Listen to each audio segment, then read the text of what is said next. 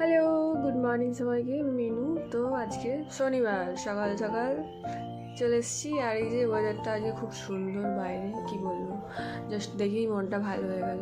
তো আজকে আমার অফিস ছুটি ছিল, আমি লেট করে ঘুম থেকে উঠেছি, মানে ওই 9টা-10টার দিকে। তারপরে এই যে ঘুম থেকে উঠে একটু, আমি কালকে একটু তেল লাগিয়েছিলাম চুলে, আমার চুল দেখে মানে কী বলবো, কুকুরের ল্যাচের মতো হয়ে গেছিলো।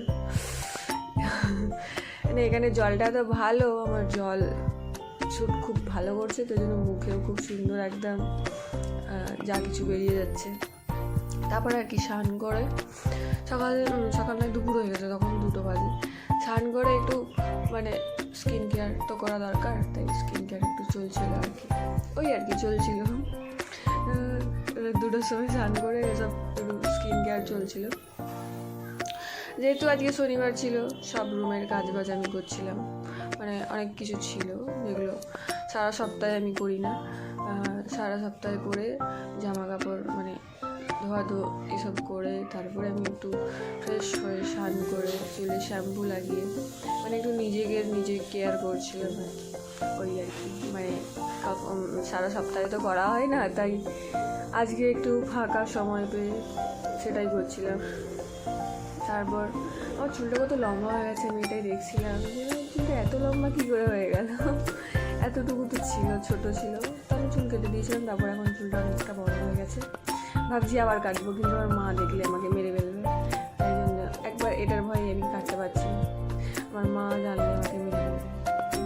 এই যে এখন যেটা ট্রেন্ডে চলছে এই ক্লিপটা, তো আর কি। তারপরে এই যে মুখে এত সুন্দর সুন্দর দাগ, কি বলবো, তাই জন্য একটু দাগগুলোকে তো লুকাতে হবে, তাই একটু জেলটা লাগাচ্ছিলাম। এটা ভালো আর কি, রেজাল্ট ভালো দিচ্ছিল।